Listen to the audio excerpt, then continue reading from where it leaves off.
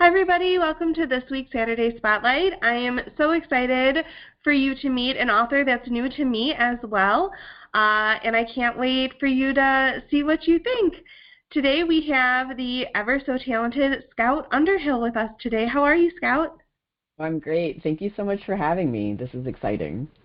I'm so excited because I think this is one of the only interviews I've had with a middle grade author, but also kind of a graphic novel Yeah. style book as well. So Scout's series is DnDoggos, which is just so cute. I love it.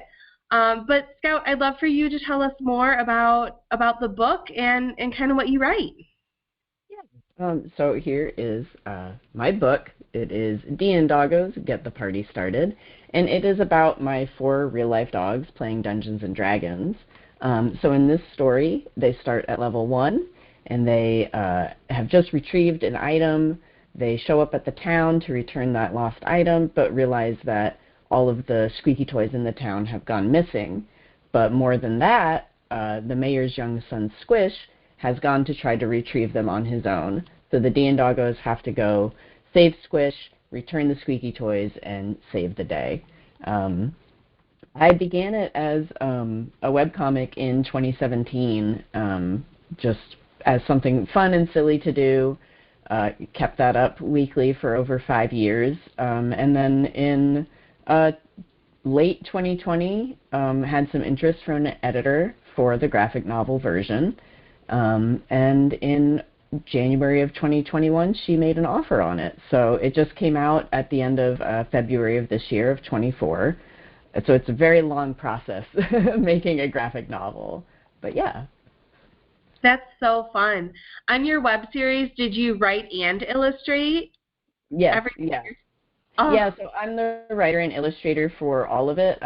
Thankfully for the graphic novels, I have a colorist, and her name is Leanna, and she makes the book super gorgeous for me because I'm okay with like understanding colors to some degree, but she does a lot more fun things that like I wouldn't have really thought of on my own, and she's also much quicker at it than I am. So I am very lucky to have her with me on this book. But yeah, Leanna's fantastic. that's really cool that you bring that up because that's not even something that I would think about, right? And as a fellow author, I'm sure that we have a lot of overlap, but when you write, your traditional style novel, you don't really have to think about the color. I mean, the pages kind hmm of, but like that's kind of it. And I'm sure there's a whole art and science behind like picking certain colors for certain things, hmm of what the eye catches and things like that. Do you feel like you learned a lot in the process, even though you already had the webcomic for 5 years?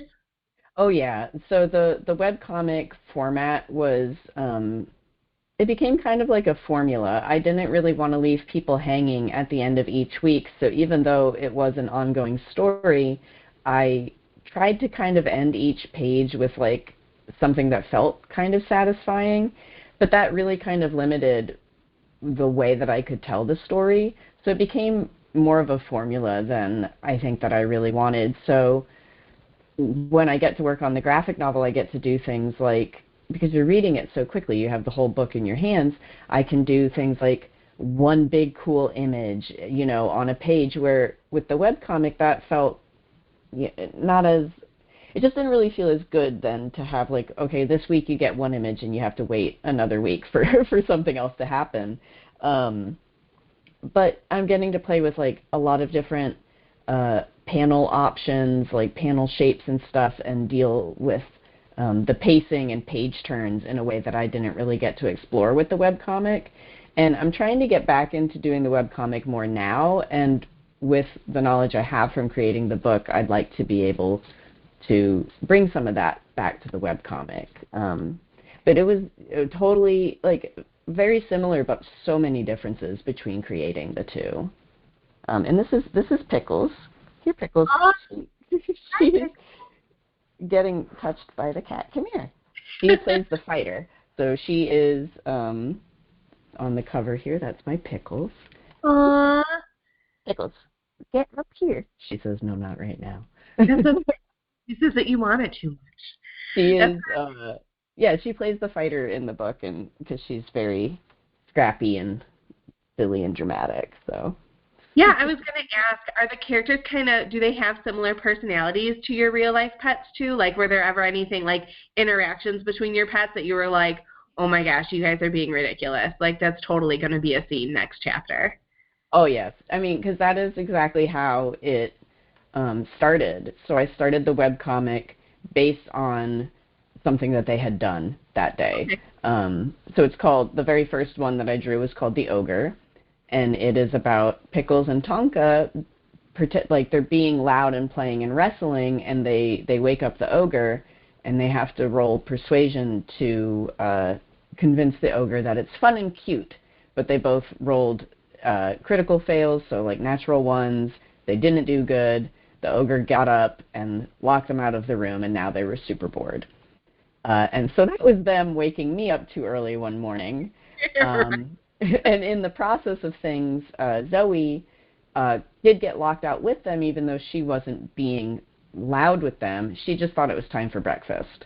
So those three got locked out. Magnus stayed on the bed, and that's how he became the game master, the dungeon master, and the others became the players. And they just all have such strong personalities that they really wrote themselves as characters.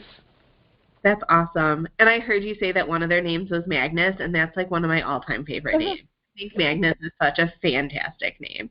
Thank you. Yeah, he's an old man now. He's almost 14. So I've had people ask if he was like Magnus from, there's a D&D podcast, The Adventure Zone, with a character named Magnus Burnsides. But my Magnus is several years older than that Magnus, so. Yeah, that's so funny that so many people attribute it to a mainstream Magnus, because I did too, and it wasn't that one. So that Yeah?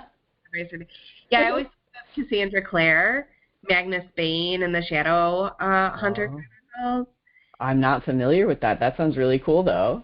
But see, like, that's the cool thing about, like, it's such a strong name that I think that it brings people to, like, oh my gosh, that reminds me of this character. Yeah.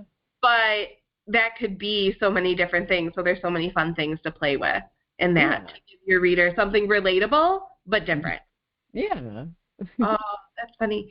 Do you have a favorite chapter in your book, or like a favorite instance that happened that you're like, oh, this really captures like this pet so perfectly? I think there is a scene shortly when they get back to the town. They return to the town of Tails Bend, and they get to go to the Barking Catfish to celebrate. And there's a scene where they're basically just doing some celebration that shows off a little bit of their characters and their character sheets and what they can do. And everything that happens in that area brings out a ton of their personalities, introduces like an NPC that Magnus has to come up with a name for on the spot, and just like a bunch of silly little moments and some references to movies and things that, I don't know, that whole scene to me has just always been really fun. Pickles gets to show off and do some cool things, and I think that one really shows who all of the dogs are. Yeah. That's fantastic. I love that. You brought up the NPC. So my family is a big D&D family. We play almost every weekend with a good set of friends, and my husband is always the dungeon master, and every NPC he makes is named Steve. So it's the bartender, or, Steve the ogre, whatever it needs to be. Where do you get your ideas? I know your main characters are your pets, but for those NPCs, which I assume you do not always name Steve, where do you pull names from? Is that something that's hard for you, or is it pretty easy? Names are interesting because sometimes I feel like it'll either come instantly or not at all. I thankfully have like a broad pool to pick from, so I used to work at doggy daycares, so I've named some characters after dogs that I've enjoyed there. I have a lot of people in my life who have a lot of dogs. I have like a lot of patrons who are fans of the comic and stuff. Sometimes I might just ask my partner, like I'll show them a sketch and be like, what do you think this dog should be named? And so it's not, it's kind of everywhere, you know, picking inspiration from everything, but also not wanting to like, it can be challenging if you're going to, and I think that you probably have experienced this as a writer as well. It's like you want to be able to have a reference or name something after somebody that you know, a friend of yours or something. But sometimes it can be a little complicated because it's like, especially with publishing, it takes so long. Like, you know, is this person still going to be around when the book is out? And if not, is that going to bother me? So there's like a little bit to be a little concerned about. So sometimes it's easier to just make it up or name it after a dog from like a long time ago. I get that. I get that. Well, and even sometimes, like, you can think of a good name. So I write with, like, a mythology background, so a lot of my names I'm pulling from some mythology somewhere. But then there are still names from people that I've met that I'm like, I'm never going to use that name. Like, Yeah. even if it has nothing to do with my character, the thought of that name gives me emotions that, like, I don't really want to. So, yeah, names can be fun. But I love it. It's so apropos, I feel like, that you used to work at a doggy daycare. I feel like, I don't know, I feel like your life has, like, a trajectory to it, and it's kind of cool to hear about, like, the growth of, like, you know, doggy daycare attendant and, like, the webcomic and now the book and, like, all of the stuff that's accumulated for you, and I think that that's so awesome. Thank you. In some of my preparation, since like the book's been out and I've been doing a little bit of like virtual visits and some school visits and stuff with kids, and so I've put together this slideshow, and in doing so I started looking at some of my old art, and I was even finding like comics that I had just like, nothing I posted online, it was just stuff I played around with, but like comics that even I had forgot I ever started to make. And comics are really, really hard, and there was a point in my life where like I didn't want to do it. It's drawing so many panels. Like I tried to do picture books for a while, and picture books I think personally are harder than comics. Like they're so hard. But it just like kind of hit me like dogs have always been a huge part of my life, but realizing how much comics has followed me around too, I was like, oh, okay. Very much I've been supposed to be making comics and probably about dogs, like probably my whole life. I don't know, I think that there's something really beautiful to that, to just kind of find like our calling, like either what we're meant to do or just kind of like what, I don't know, what we were always heading towards that we didn't know of, you know, like kind of find your calling, your purpose. I don't know. I think that there's something really special and beautiful about that, because so many people get stuck in the grind that it's hard to listen to yourself enough and to like look at your life in a way to be like, what am I supposed to be doing? Like what matters, right? What makes me who I am? And I think it's really cool to do that with you. Oh, I love it. Thank you. I know you mentioned school visits and such. Do you have any upcoming events or promotions or things like that? Any news coming up that you'd like to share with people? I don't have any super soon in the summer. I'm hoping to be able to go to Heroes Con in Charlotte, North Carolina in June, but I haven't heard on that application yet. I'm hoping that, you know, maybe by the time this episode's out, maybe I'll be going there. That'd be fantastic. And then I have an event called Killer Nash for writers in the Nashville area that's coming up in August. And then a little bit later, we're starting trying to start like a comics con a little bit here in Nashville. So there's going to be the Nashville Comics Artists Foundation, I believe, is the acronym that I think was landed on. And there's going to be a little event in September, a weekend in September, I think like the 14th or 15th. So I'm sure that there's going to be other things that I'm popping up between now and then, but at the moment it's a little bit later in the summer. But yeah, I'm excited to be able to do like school visits and library events and stuff too. Yeah. Oh, that's so exciting. If people want to find out more about where you are or solidify some of those dates, where's the best place to find information about you, Scott?